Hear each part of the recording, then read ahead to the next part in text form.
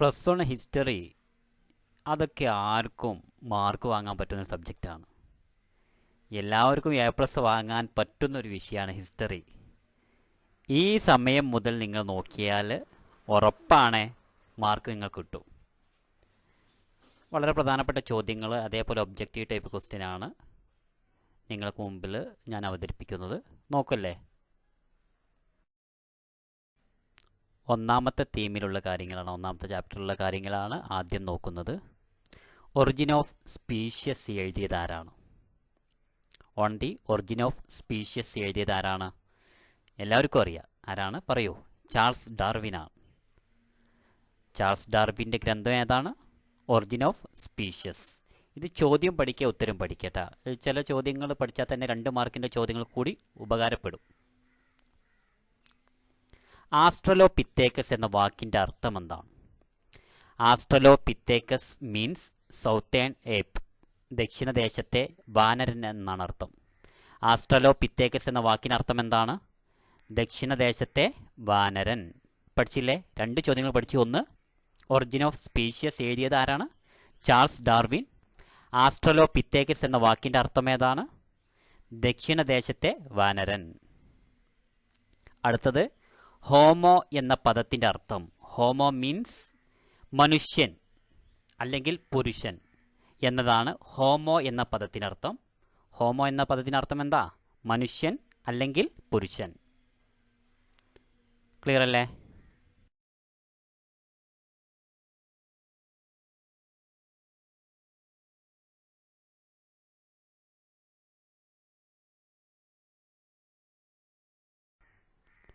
ഇതുവരെ essay type question നോക്കിയിട്ടില്ലാത്തവർ ഞാൻ പറയുന്ന ഈ 2 ചോദ്യങ്ങൾ നിർബന്ധമായിട്ട് പഠിക്കണം. ഒരു സംശയമില്ല, എക്സാമിന് വരും കേട്ടാ. ഒന്നാമത്തെ ചോദ്യം 6ാമത്തെ ചാപ്റ്ററിലെ 3 ക്രമങ്ങൾ നിർബന്ധമായിട്ടും എക്സാമിന് വരാം. 3 ക്രമങ്ങൾ എന്ന് പറഞ്ഞാൽ പുരോഹിതവർഗം, പ്രഭുവർഗം, കർഷകർ. എക്സാമിന് ചിലപ്പോൾ ഇങ്ങനെ ആയിരിക്കും ചോദിക്കുക. മധ്യകാല യൂറോപ്യൻ സമൂഹത്തെ 3 തട്ടുകളായി തരംതിരിച്ചിരിക്കുന്നു. അവയുടെ സവിശേഷതകൾ വ്യക്തമാക്കുക. എസ്സേക്ക് നിർബന്ധമായിട്ടും ചോദിക്കാവുന്നൊരു ചോദ്യമാണിത്.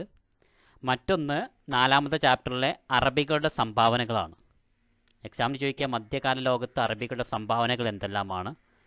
ഇതും നിങ്ങൾക്ക് പ്രതീക്ഷിക്കാം.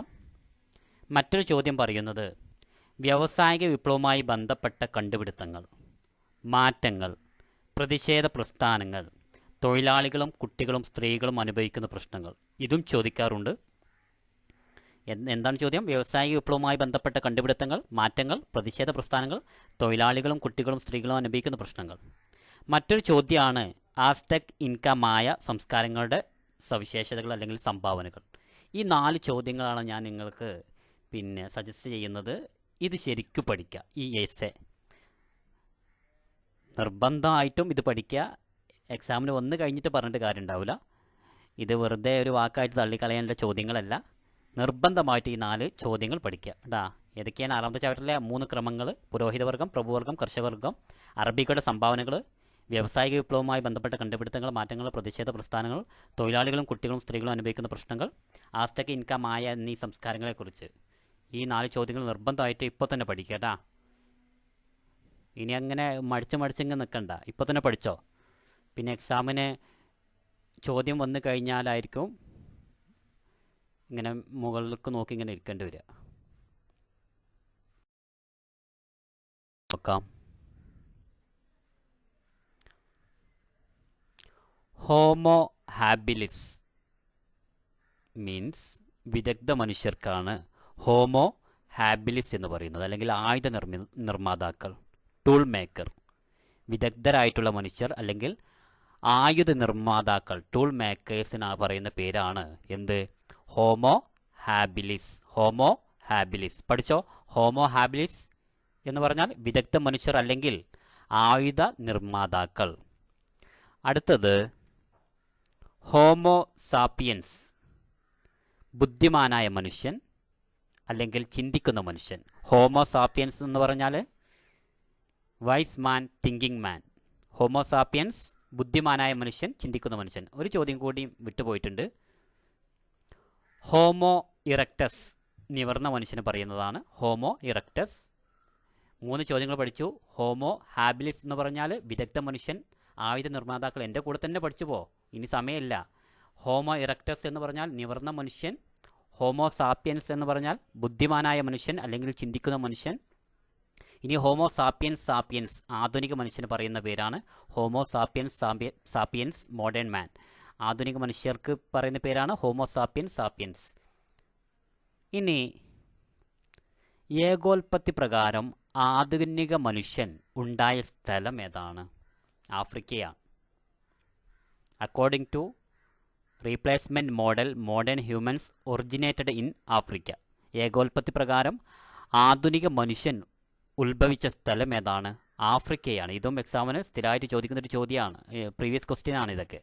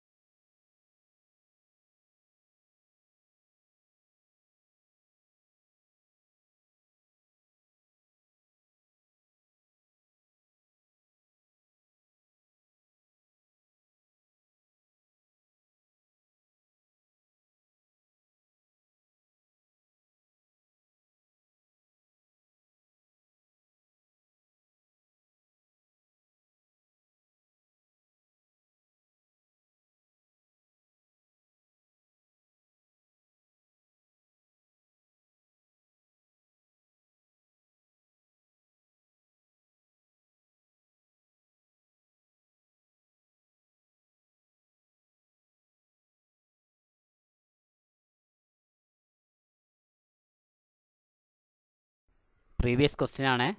സ്പെയിനിലെ ഗുഹാചിത്രം കണ്ടെത്തിയ പ്രദേശം അൾട്ടാമിറയാണ്. അവിടെയാണ് ഗുഹാചിത്രം കണ്ടെത്തിയത്. സ്പെയിനിലെ ഗുഹാചിത്രം കണ്ടെത്തിയ പ്രദേശം ഏതാണ്? അൾട്ടാമിറ. കലഹരി മരുഭൂമിയിൽ ജീവിച്ചിരുന്ന നായാടി സമൂഹം അറിയപ്പെടുന്നത് ഏത് പേരിലാണ്? കുങ്സാൻ എന്ന പേരിലാണ്. Hunter gathers society in Kalahari dessert. Kalahari മരുഭൂമിയിൽ ജീവിച്ചിരുന്ന നായാടി സമൂഹം അറിയപ്പെട്ടിരുന്ന പേരെന്താണ്? കുങ്സാൻ. കുങ്സാൻ. സ്പെയിനിലെ ഗുഹാചിത്രം കണ്ടെത്തിയ പ്രദേശം അൾട്ടാമിറ. ആഫ്രിക്കൻ താഴ്വരയിലെ ഉപ്പു തടാകമായ എയാസിയുടെ തീരത്ത് താമസിച്ചിരുന്ന നായാടി സമൂഹത്തിന് പറയുന്ന പേരാണ് ഹഡ്സ.